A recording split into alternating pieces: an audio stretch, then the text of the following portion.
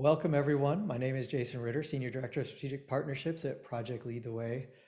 And I'd like to welcome you to our spring alumni event, Connecting the Dots, Insights from High School to Career, hosted by Project Lead the Way. Here we like to say that students cannot be what they cannot see. So our goal today is to open your minds to the possibilities of where your STEM experiences and interests may take you. And that the work you do in a Project Lead the Way classroom is relevant and desirable in almost any career. And that you join us in future events on the other side of this breakout room today as maybe a future alumni like some of our guests today.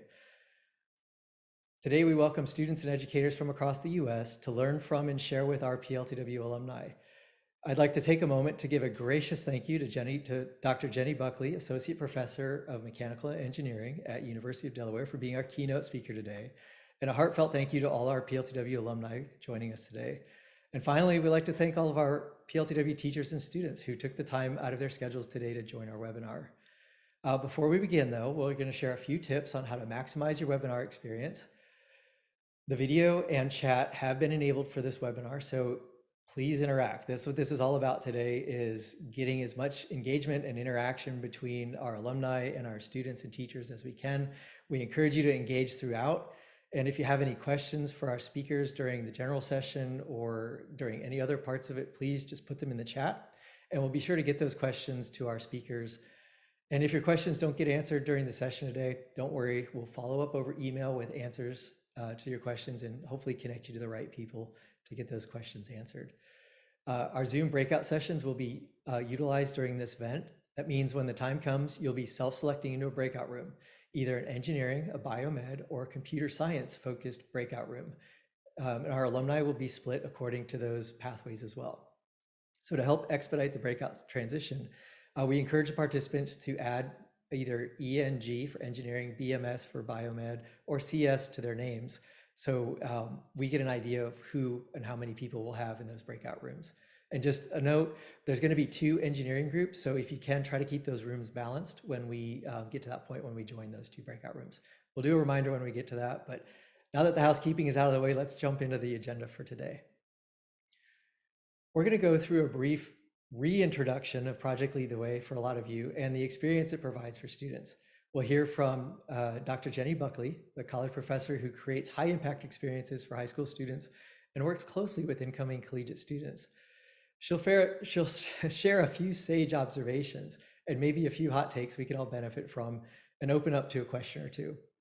And then after hearing from Jenny, we'll have a brief panel Q&A session with 3 of our PLTW alumni.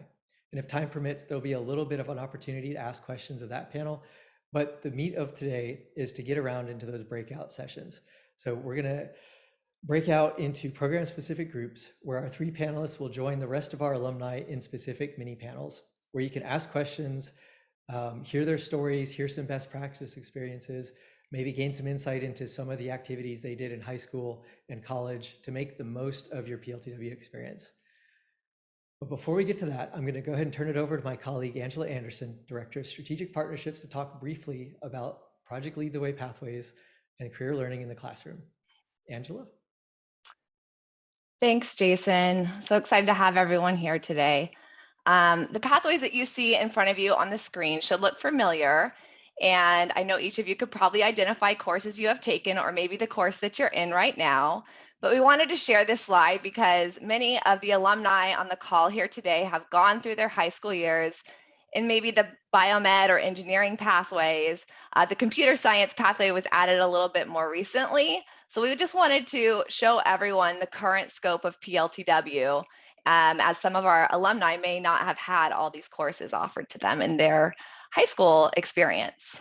And as many of our students, teachers know, PLTW uses a combination of engineering, biomed, and computer science topics, exposure to design thinking, career learning and professional skills, all embedded in our curriculum.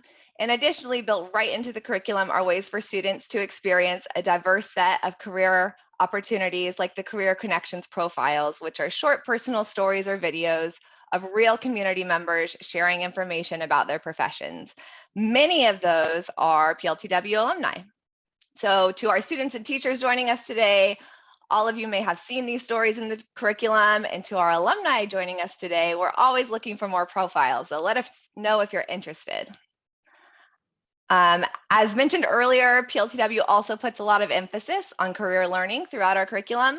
If you're a student here today, you can probably look at the list of transportable and professional skills that you see on the screen and share examples of a time when you used each of these skills, maybe in a PLTW activity, or when you use them in a real world context, maybe in a professional setting, or even with friends at school. So the PLTW curriculum really focuses on that college and career learning and has various career exposure activities and career journals embedded into the curriculum. And I know many students in the session today could say that being in a PLTW class has helped expose them to careers that they may not have known about before taking PLTW. So we're excited to talk to you about career learning pathways today. So to talk more about career learning and career-related skills, I would like to introduce our keynote speaker for today, Dr. Jenny Buckley. Dr. Jenny Buckley is an associate professor of mechanical engineering at the University of Delaware. She has over 10 years of engineering experience in medical device design and biomechanical evaluation, and has research interests in human factors design, medical device development, and equity and inclusion issues in engineering education. She teaches a range of courses across the mechanical engineering curriculum, including CAD, mechanics, and capstone design. And she is the co-director of the University of Delaware mechanical engineering makerspace called the Design Studio. She is also the co-founder and president of the PERI Initiative, a nonprofit organization dedicated to diversifying the pipeline in engineering and medicine through hands-on learning. Dr. Buckley has received numerous awards for her teaching and service, including the 2016 University Excellence in Teaching Award, the 2016 Arthur A. Trabant Award for Women's Equity, and the 2018 American Society for Engineering Education 20 Under 40 Engineering Educator Award. So please join me in welcoming our keynote for today, Dr. Jenny Buckley. Thank you, Angela. Really excited to be here. I am a mechanical engineer by training. I'm also a big fangirl of PLTW. Both as a professor, I love having PLTW students come to my classroom, be in my classes. I feel like PLTW does a great job preparing you for engineering school. And also love having PLTW students in our outreach programs for the PERI Initiative. So I'm going to talk to you guys about sort of a combination of these two pathways in PLTW, right? We've got this engineering pathway, we have this biomed pathway. I really do work that is aligned with both of those pathways. So I would say that my work is engineering plus healthcare, and I think it's an excellent combination. So I'm excited to talk to you today for about 10 minutes. PLTW handed the mic over to a professor. We tend to go long, so I will try to keep this to 10 and talk fast, but really excited to be here. Please hit me up on the chat if you got any questions, okay? So moving on here. All right, let's start with engineering. So engineering is the application of math and science to solve real world problems, right? If you were to sum up all the engineering disciplines, that's really what we do. And we have been tasked as a profession with tackling what I like to call wicked problems. Actually, that's not my term. Other people came up with it, but wicked. Wicked doesn't mean evil. It's like Boston wicked, like difficult, okay? So the difficult problems fall into 4 camps. And no matter what flavor of engineering you decide to go into, there is a little bit in each of those disciplines, each of those flavors, that's related to one or more of these 4 wicked problems, okay? So wicked problem number 1 is sustainability. We are not living on the planet in a sustainable way. As engineers, we have some responsibility for that. We've made technologies that are not sustainable. We have to replace those with technologies that are sustainable, and we also have to clean up our messes. This is not just the job of environmental engineers, folks. So if you're interested in doing this, you could be a biomedical engineer that's working on this sustainability in the healthcare stream, right? Totally doable. So every single profession involved in every single way. Next is security. So my comp sci people out there, okay, it is not just physical security, right? Defense systems, missile systems. I know we've got some people on here from from some of the DoD defense contractors and that sort of thing. Yes, huge part, right? But also a huge part is all that you're learning in cybersecurity and comp sci about keeping your personal information secure, your banking and your healthcare information. Third category is joy of life. As humans, we like to invent things that make our lives easier, right? We've always been doing this. The wheel, okay, fire, all right? So as engineers, we're continuously doing this, right? So it's everything from, sporting goods to these earphones that I'm wearing, okay, eye products, all kinds of electronics, but it's also stuff we don't really think about, right? Like you're probably sitting in a room right now that has some sort of air conditioning or temperature control happening. Not essential for life, but certainly makes it more enjoyable, okay? And then the category that I'm going to spend a lot of time on now is healthcare. Okay, so I am an engineer, a mechanical engineer by training that works in healthcare. Healthcare has a lot of different issues to it. There's a lot of room for engineering. Okay, you can tackle it from sort of the bio side, or you can tackle it from the engineering side. But we as engineers and technologists working in healthcare are responsible for creating all of the technology and systems that clinicians, doctors, nurses use to deliver healthcare. We do everything behind the scenes for that, okay? So let me give you an example from my particular branch of healthcare. My branch of healthcare is orthopedics. That's where I have spent most of my life. Those are most of the products that I have developed or tested have been in that space. That's also where the Perry Initiative tends to focus. It's named after Jacqueline Perry, who was one of the first women orthopedists in the country. Orthopedics is great because you can kind of see where the technology is, all right? So orthopedics is a branch of medicine that fixes issues with the musculoskeletal system. And that's exactly what it sounds like, okay? Muscles, bones, AKA skeleton, ligaments, okay? Cartilage, anything that is weight bearing in your body. And that's a lot, right? That's a lot. So types of injuries that orthopedists, most of them are surgeons, orthopedic surgeons. It's primarily a surgical profession, although there are non-surgical treatments that are done by surgeons and by surgeon adjacent professions. So it's things like, hey, you broke your femur. Actually, not you. Let's not make it you, okay? A femur has been broken, all right? It needs to be fixed, all right? The way that it would be fixed is by implanting a metal implant down through that broken bone to heal it. That's called an intermedullary nail. That nail is designed by engineers, okay? The picture up at the right, that is a condition called clubfoot. It's congenital, so babies are born with it. Orthopedists treat this as well. They treat it with sequential bracing, so the baby doesn't have a surgery. They actually put on braces to pull that out. The next two things, right? So it's injury, it's deformity, it's also just wear and tear. So the picture of the knee that I'm showing here, this is a knee joint of somebody who's probably a little bit older, right? Their joints have had to hold up for more gait cycles, more cycles of load, and their joints start to wear out, right? The cartilage wears out. And then that eventually needs to be treated non-surgically at first, but then maybe later on there's a knee replacement. So surgeons take care of that as well. And then last but not least, the image on the right is actually a humerus. Okay, so my biomed people, you probably know where that is. Engineers, comp sci folks, that's your arm bone. Okay, and there's that little arrow there, that yellow arrow is pointing to a tumor. So an orthopedic surgeon would have to go in and take out that cancerous tumor to make sure it doesn't spread to other parts of the body, and they would have to replace it. You know, you don't want to leave half a bone missing in the middle there, so they would need to put something in there to connect the bone back together. So that is where I come in. All right, so as an engineer, myself and my colleagues working in this area, what do we do? Well, we design all of the technology that gets implanted into people's bodies. All right, and that's, I would say, of all technology that's used on people, right, it's used on or in people, about 90% of the technology is inside people, right? That's where 90% of the engineering energy is spent. And about 10% kind of goes towards stuff that's outside of the body, braces, prosthetics, that sort of thing. So prosthetics gets a lot of airtime for some reason in high school.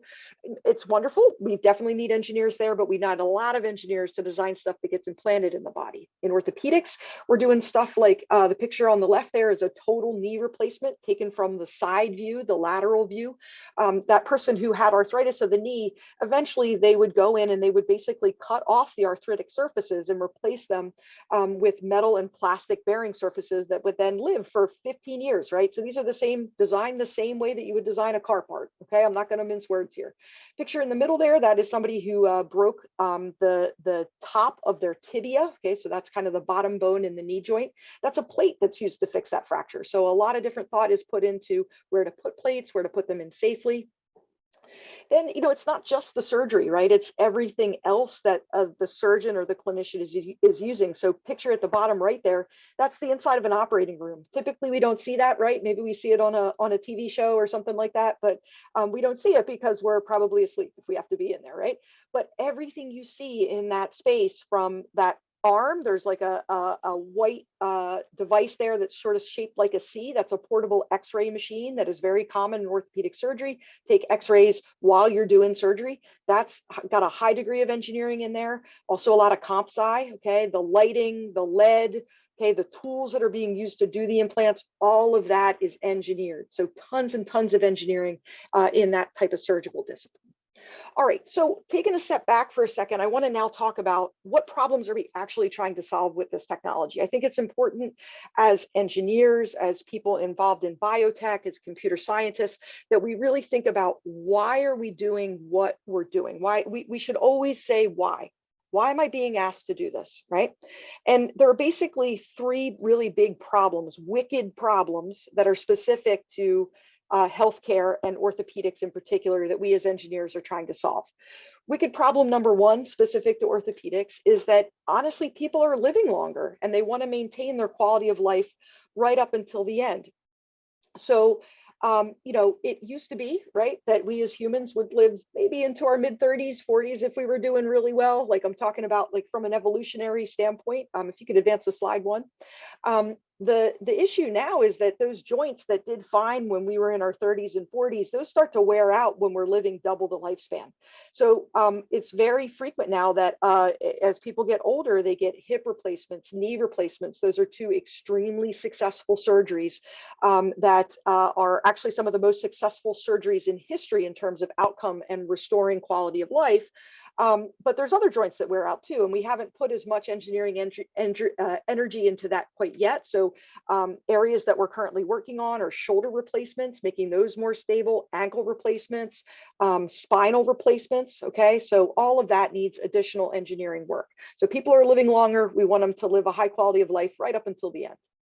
The next issue really has to do with cost, okay? So healthcare is not cheap. Healthcare in this country is not cheap, okay? So there's a lot of energy being spent on reducing cost, really thinking about, do we need all of this technology, or can we work with a subset of this? What are the essential components of this technology that are needed to make for a successful surgery?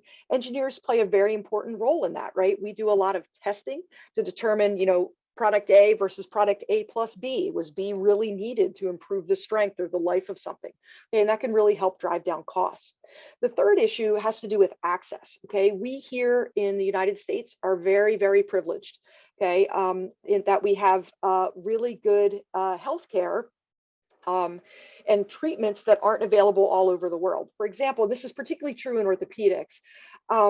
What you're seeing here at the left is an individual. This was from a number of years ago. There was a major earthquake in Haiti. There were a lot of orthopedic injuries, broken bones and such as buildings collapsed. This person has a broken thigh bone or femur, and they are being treated with something that's called traction. So in Haiti, they did not have regular access to x-ray machines in the operating room, right? That's something that we have here in the US, but we don't have a lot of in places like Haiti. So they had to do a treatment technique called traction, which would mean that poor guy there basically is bedridden for about 3 months while they are allowing his bones to knit up and heal. In the United States, what would be done with that x-ray machine, the key here is really access to that x-ray machine, is to drive in one of those nails surgically and fix the fracture. That patient would be discharged that same day. They would have a surgery and they would rest for a couple hours. They would go home.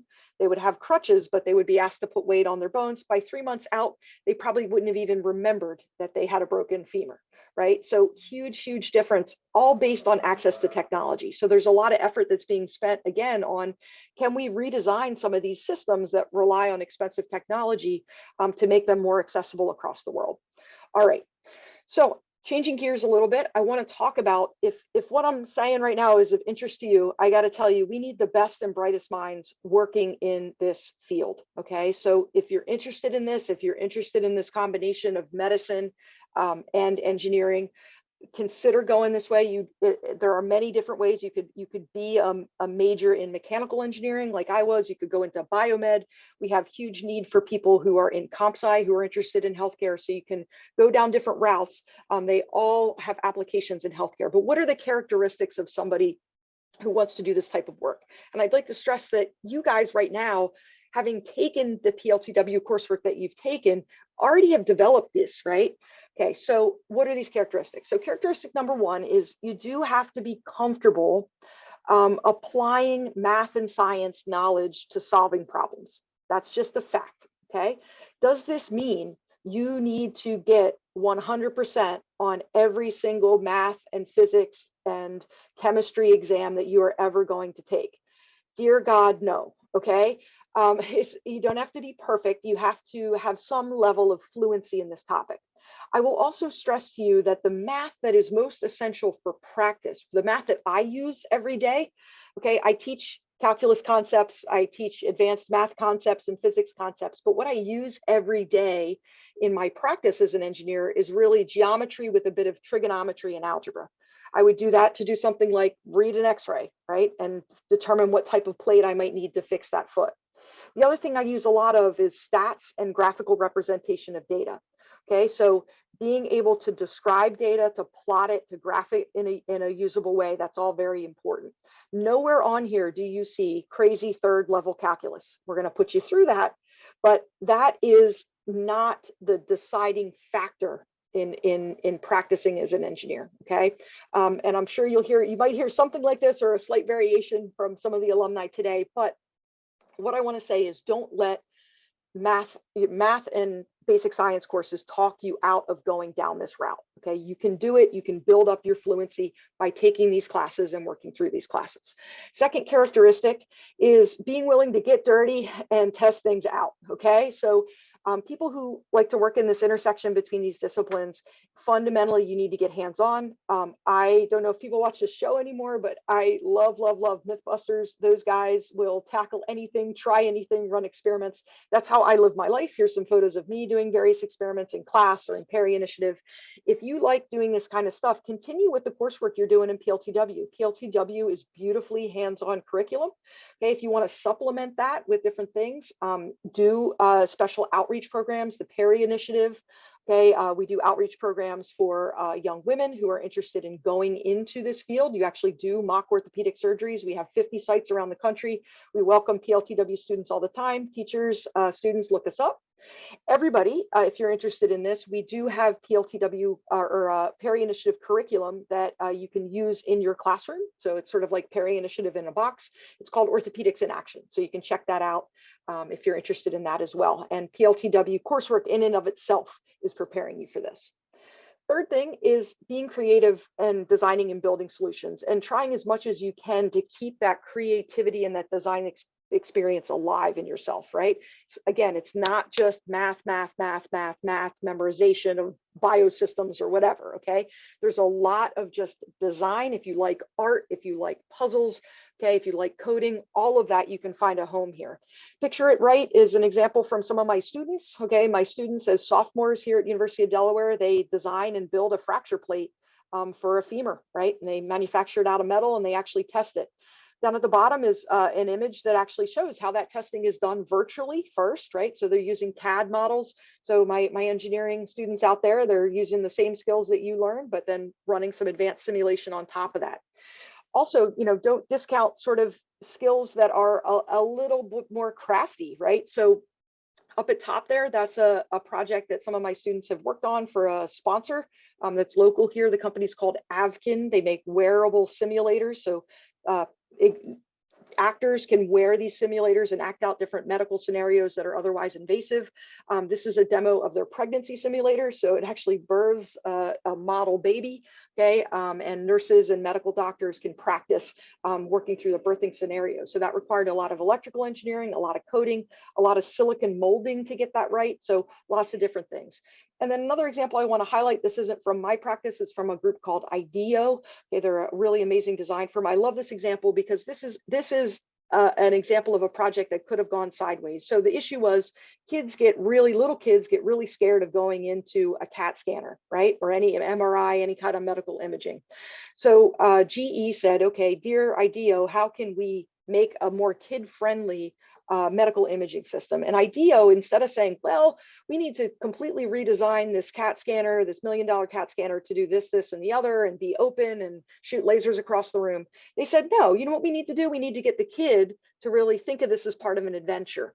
So they actually just did a $5,000 paint job on the room and shrink wrapped the machine, right? So the kid is on an underwater adventure to get a CAT scan, right? So, brilliant, right? Solutions require creativity. If we had people who thought the same way, have the same background, we wouldn't be able to get solutions like that. Last one, guys, I want to bring it home for what you're experiencing right now. People who are successful and who follow the pathway, like what I'm talking about here, are curious and they ask questions. It is impossible for me to know everything that I need to know as an engineer in my discipline and as an orthopedic surgeon, right? And as an educator. So I have to be comfortable asking sometimes really basic questions. Hey, what does that mean? I forgot the anatomy of the ankle. Explain what tendon you're talking about here, right? It's okay to be that, right? It's okay to ask those questions. It's also important that as you're learning in different areas that you build up a mentoring network. This is my mentoring network. These are the people that have helped me become the engineer that I am, become the orthopedist that I am, become the educator that I am, the business person that I am, all of that, okay? So build up a network of people. That should start today. You guys are meeting some alums that are a couple years ahead of you. If you hit it off and you feel like you're jiving with this person, get their name, right? Get their email address. I know that PLTW is launching a LinkedIn group for each of its subdisciplines. I think that's fantastic. You can never get on LinkedIn too early. So all of this to say, guys, you have the characteristics right now to work in a field like this. I couldn't be happier with what I'm doing. I think you're already on a beautiful pathway by taking PLTW curriculum. If you like math and science, if you like testing out your ideas, you're a creative person, you're curious, okay, we would welcome you into this profession, and I'd love to see you in my classrooms and in my outreach programs and as my colleagues. Thank you. Okay. Thanks so much, Jenny. We did have one question in the chat for you, and I wanted to let you speak to that before we go to our alumni panel. So Michael asked, Dr. Buckley, could you talk a little bit more about your role in the PERI initiative? So I didn't know if you wanted to expand a little bit on that at all. Yeah, I'll keep it brief. So yeah, I'm the co-founder of the PERI initiative. I started it 13 years ago with a surgeon friend of mine to diversify the field of orthopedics. Yeah, we've been expanding ever since. We started with 15 young women at one site in San Francisco. A chunk of those young women were actually PLTW students from local high schools. And since then, we've grown to about 1,500 people go through our programs every year. And through that, we have a lot of people who are now orthopedic surgeons after 13 years, and definitely engineers in practice. And men and women, we welcome you into this profession. Women and underrepresented groups in particular, your voice and your efforts are needed. If you're interested in learning about this, again, like, Orthopedics in Action, PERI initiative, all of those initiatives are fantastic. Awesome. Thank you so much. I love what you said about mentoring and getting that network around you. Earlier, the better. Connecting with alumni today is a great way to start. Thanks for mentioning that. And just thank you for being here. So we appreciate your time and the time you spent with us and the students and teachers here today. I'm certain that this experience will resonate with them for years to come. So thank you so much for joining us, Jenny. We really appreciate you being here. I will now turn it back on over to Jason to introduce our alumni panel. Thanks, Angela and Jenny. That was really good insight. We're going to do a little bit of a modification here since we're missing one of our panelists. And we know that, as Glade pointed out at the beginning of this, that work is a priority and you are in the business world, and sometimes business needs come up and they trump our volunteering. And we understand that, which is why we have so many alumni here with us today. But we're going to do a little bit of a pivot here, and we're just going to do two of our panelists today. This will help us cut up a little bit of time and still get to introduce two of our guests. So I'd like to bring up on the video Hallie Holst and Lauren Snodgrass. First, Hallie is a PLTW Biomed alumni in her second year, I think just finishing her second year at Truman State University. And Lauren Snodgrass is also a PLTW Biomed alumni, but she works as a clinical data manager for IU School of Medicine. Thank you both for joining us. I'm glad you were able to make it. So just a quick little thing. Let's see if we can practice a little bit what Jenny was talking about. And in 30 seconds, can you describe what you do? And Hallie, I'm going to start with you first. Okay, hi, I'm Hallie. I am your run-of-the-mill typical busy college student. I go to Truman State, as Jason said, which is in a tiny town in Northeast Missouri. And I am in the 4-year nursing program there. I am in a bunch of different organizations. So I basically just study, go to meetings, and go to work. And that is my life. And Lauren, same question. Good on you, Hallie. I remember that. That was good fun. Keep up the good work. I'm a clinical data manager for IU, like you said. Pretty much, I just help physicians create research projects, specifically in urology.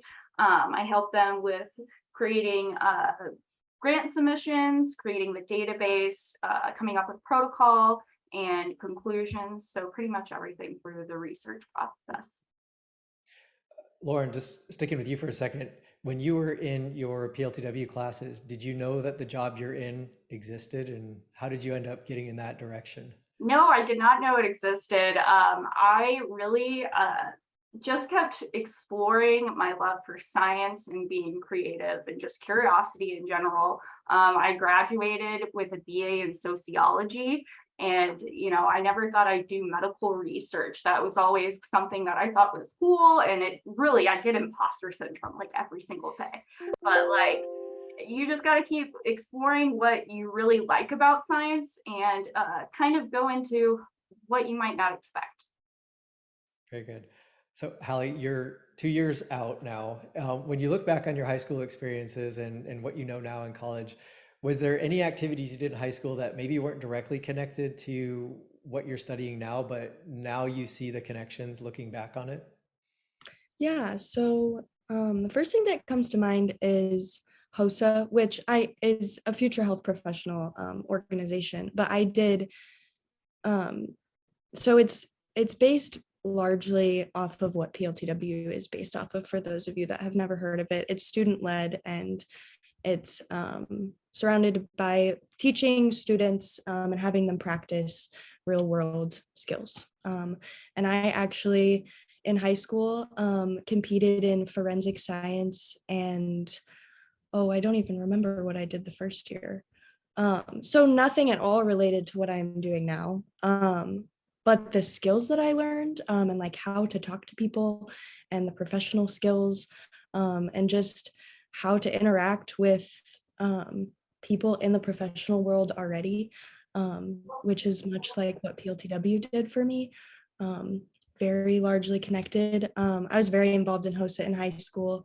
My senior year, I was elected Missouri HOSA's state secretary. And as a state officer, I realized that a lot of high school chapters put PLTW and HOSA together because they are partnered, and my high school didn't do that. And so now looking back on it, and this event has made me reflect on my high school years, I realized why it was so important. And I think that a lot more chapters should have them partnered together, just because the experiences that I had in both, I truly believe gave me a large head start into college, and the leadership positions that I have, and the professional skills that I gained, and just the direct medical knowledge that I have now. I'm sure a lot of our engineering alumni on the call as well will say that they have similar experiences with either robotics or other clubs that they've worked in. I know a lot of them, and we'll get to hear from some of them. And you feel free, all of you other alumni out there, you can pipe in some other chat or questions or suggestions that you guys have been through as well. We can open that up a little bit.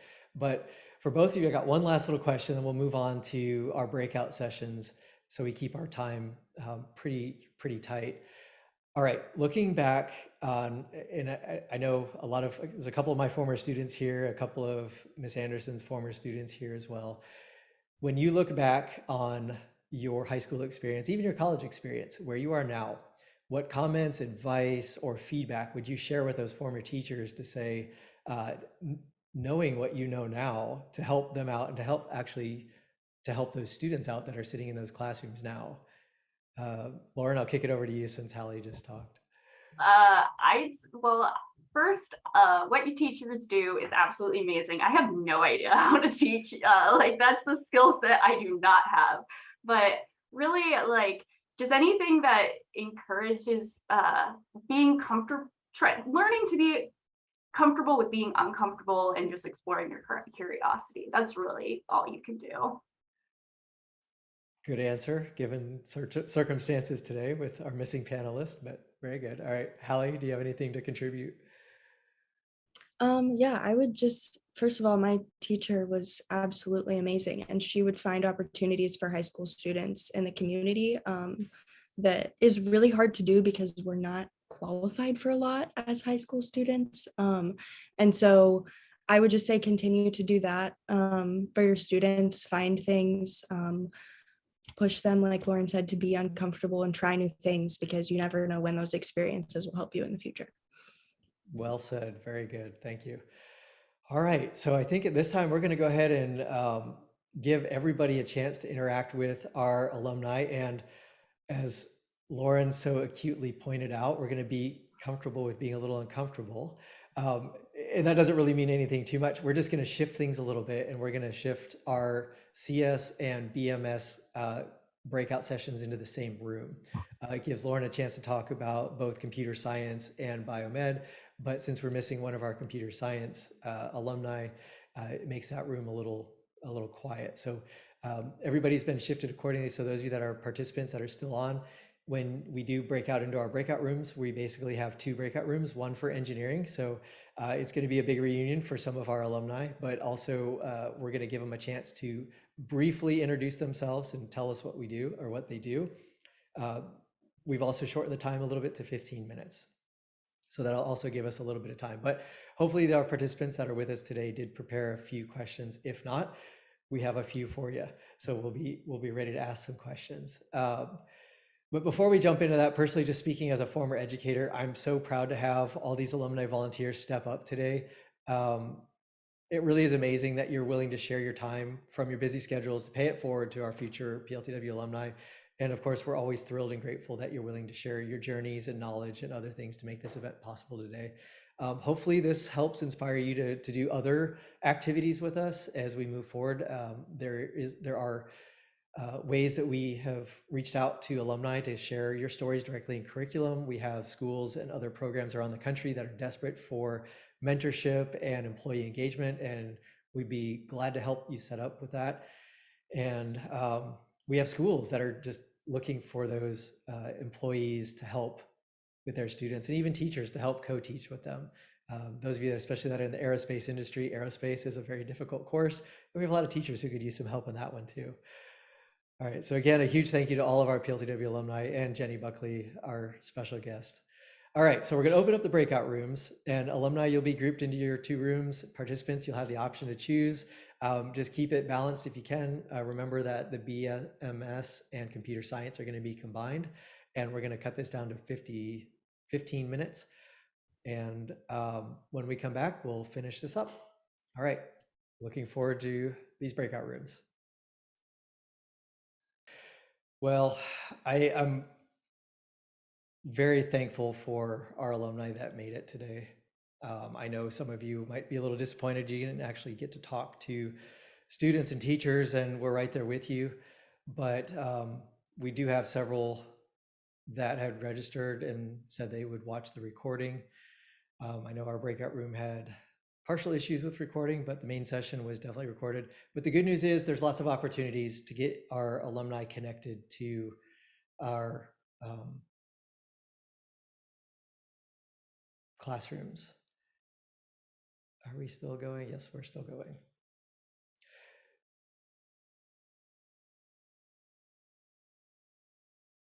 So we will follow up with all of our alumni and our participants. We also have some resources for the couple of you that registered today. When we do follow up, we'll be sending out some of these career resumes. We have practice resumes for students that help integrate Project Lead the Way programs, projects, and other things into their actual resumes so students can talk about the things they do in business-like terms. We also have some interview practice items they can look through, plus the course resumes and other resources that teachers have available. Sheila, can we go to the next one?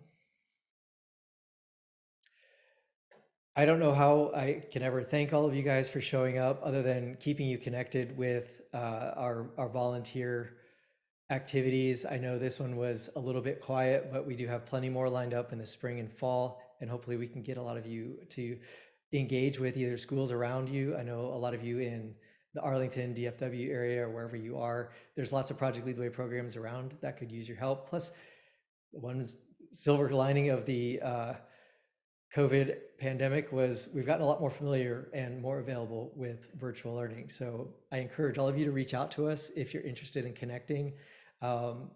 It was great to see some familiar faces today and glad to reconnect. And we have plenty of employee engagement opportunities and activities for our alumni and our schools to get involved in as well. And just let us know through the follow-up that we'll be sending out soon. Once again, I can't thank all of our participants, alumni, and Keynote enough. I know this was time out of your schedule and it was valuable, and I know it wasn't immediately valuable, but you are paying it forward to those future PLTW alumni and teachers. And we really thank you for coming, and have a great day.